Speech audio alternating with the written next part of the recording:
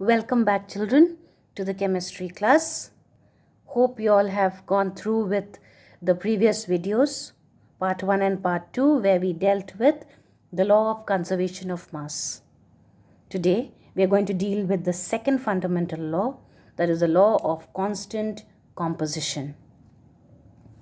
The law of constant composition is also called the law of definite proportion.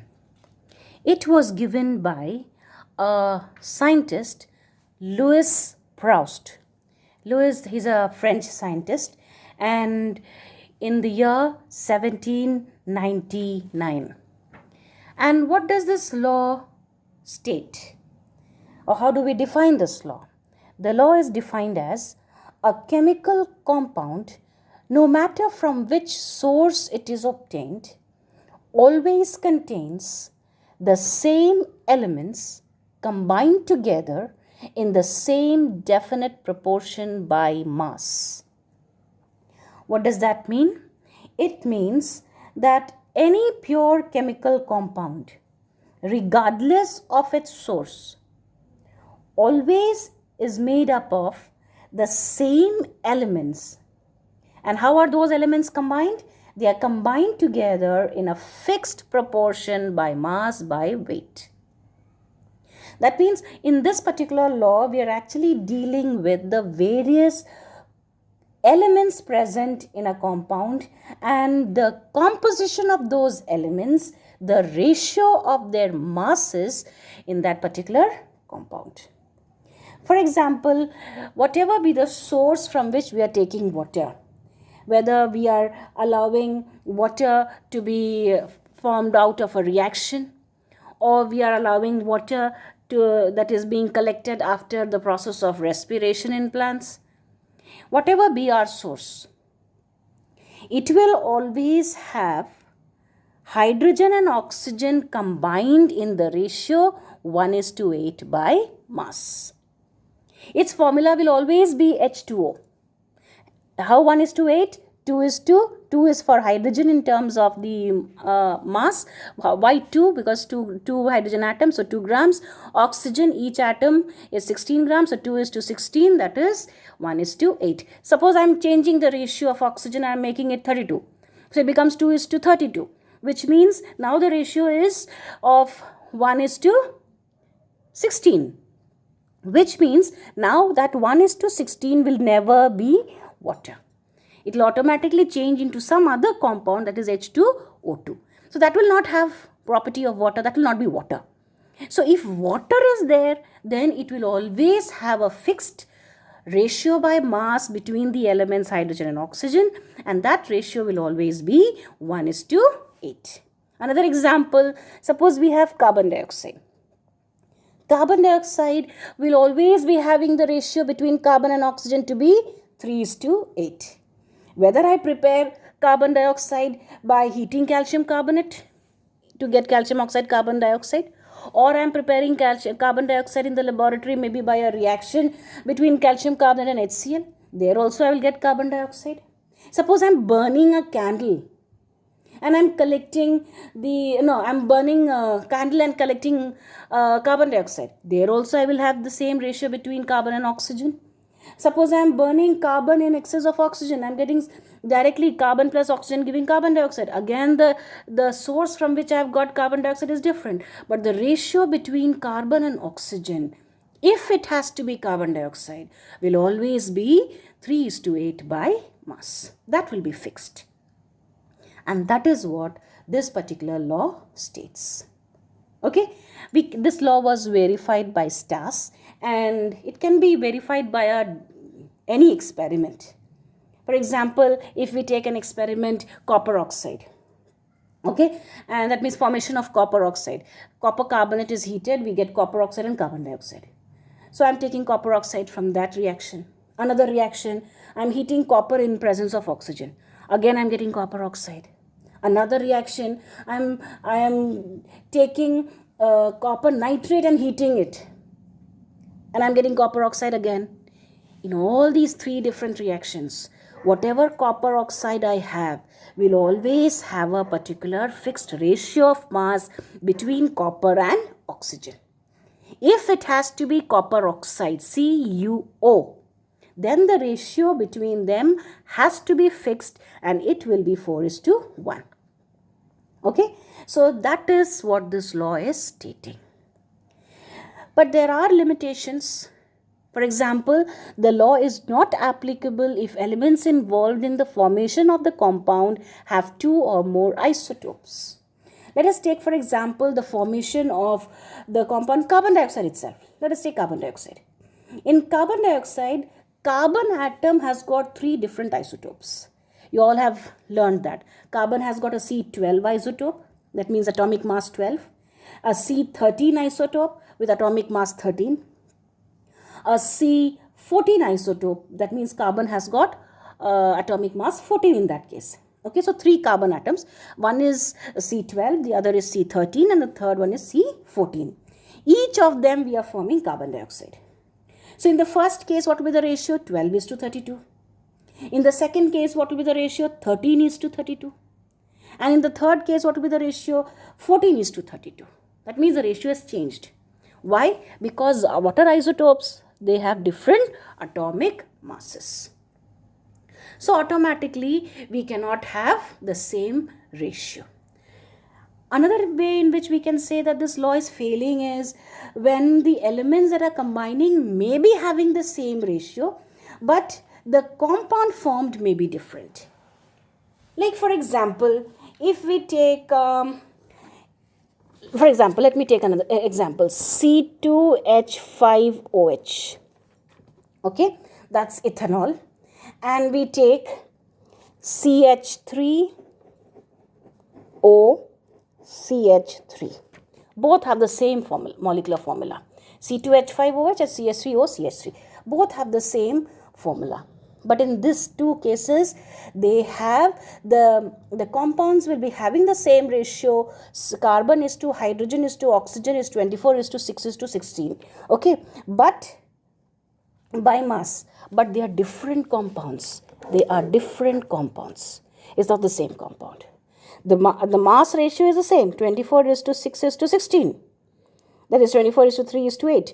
But the compound, these two compounds, they are different. So that is a limitation for this particular law. Okay.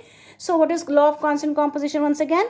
It's a law which states that a chemical compound, no matter from which source it is obtained, it will always contain the same elements combined together in the same definite proportion by mass. Let us see a few numericals. Okay, and you will be able to understand better. I'll read out the question first and then I'll explain how it is done. 1.375 gram of copper oxide was reduced by hydrogen and 1.098 gram of copper was remaining. That's one experiment. In another experiment, 1.178 gram of copper was dissolved in nitric acid and the resulting copper nitrate was converted into cupric oxide by ignition. The weight of cupric oxide formed was 1.476 gram. Which law of chemical combination does this data state? So what do we have here? We have in the first case 1.375 gram of copper oxide. And what was the reaction? Copper oxide is reduced by hydrogen and how much copper was formed? 1.098. So this 1.098 gram of copper was formed from 1.375 gram of copper oxide. Okay, so if I have 100 grams of copper oxide, how much copper will it contain? It will contain, that is to find out the ratio, actually the percentage. How much of copper will it contain? It will contain 1.098. We divide it into by 1.375 and then multiply by 100 to get the percent. We will have 79.8. That is almost 80 grams.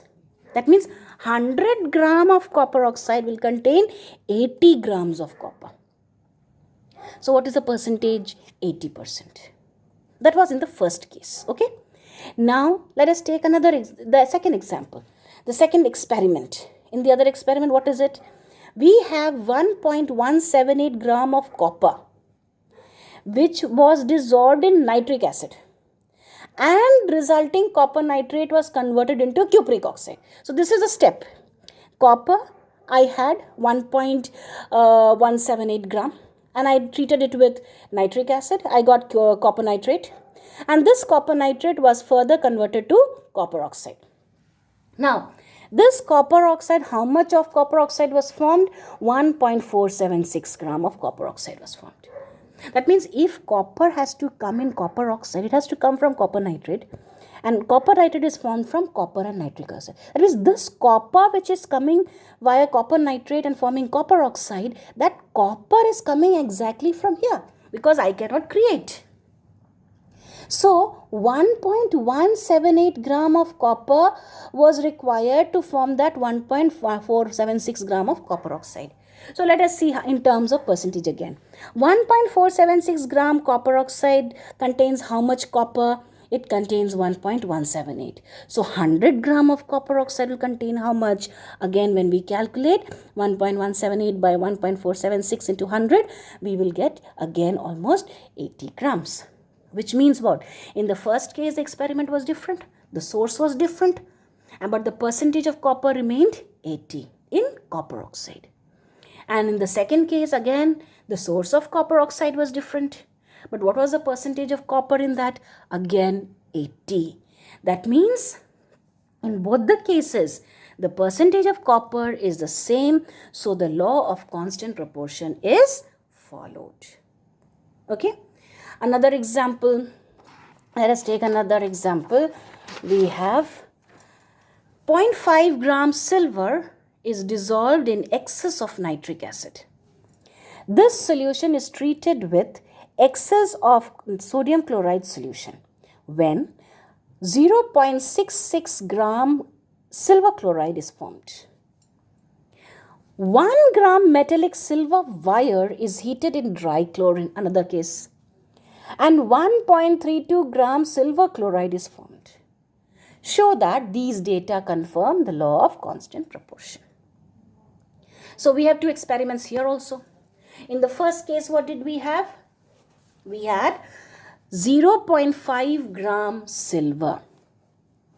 And how much of silver chloride did this form when reacted with NaCl? It gave us 0.66 gram of silver chloride. So silver chloride is 0.66 gram. Silver is 0.5 gram. So how much chlorine do I have? 0.66 minus 0.5, that is 0.16 gram. So chlorine is 0.16 gram. And what is the ratio between silver and chlorine now? Silver is to chlorine would be 0.5 is to 0.16, that is coming to be 3.125. That's the first experiment. In the second experiment, what does the question state? It says that 1 gram of metallic wire, silver wire, was heated with chlorine and 1.32 gram of silver chloride was formed. So silver chloride is 1.32 gram and how much is silver? 1 gram. So what is the mass of chlorine? 1.32 minus 1, that is 0.32 grams. Again, what is the ratio? 1 is to 0.32, and that will come to around 3.125. So in both the experiments, silver chloride again formed from different sources, different reactions, but silver chloride is formed.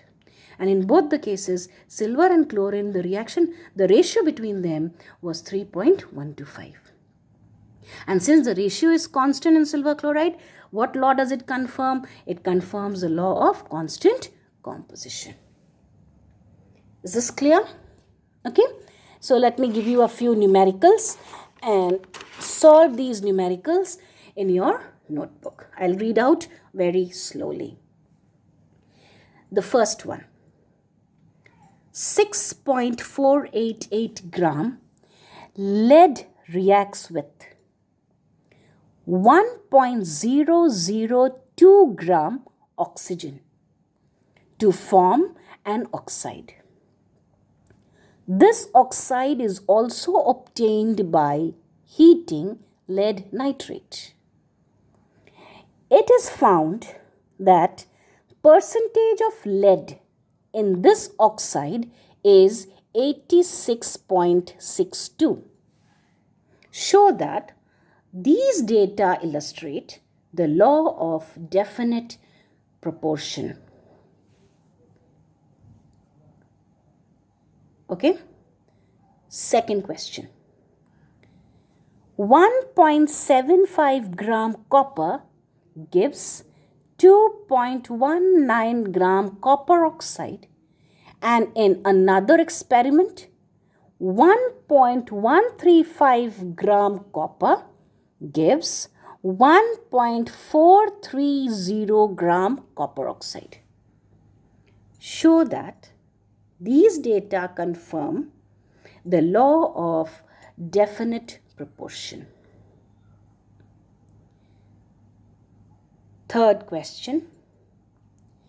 0.25 gram of a sample of common salt contained 0.158 gram of chlorine, while 0.23 gram of another sample contained 1.397 gram of chlorine.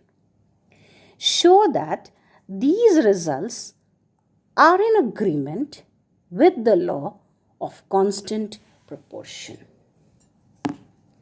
Do these questions in your copy like you did the previous ones, and we'll do the corrections later. We'll be starting with the next law, that is the law of multiple proportions, in the next part. Thank you.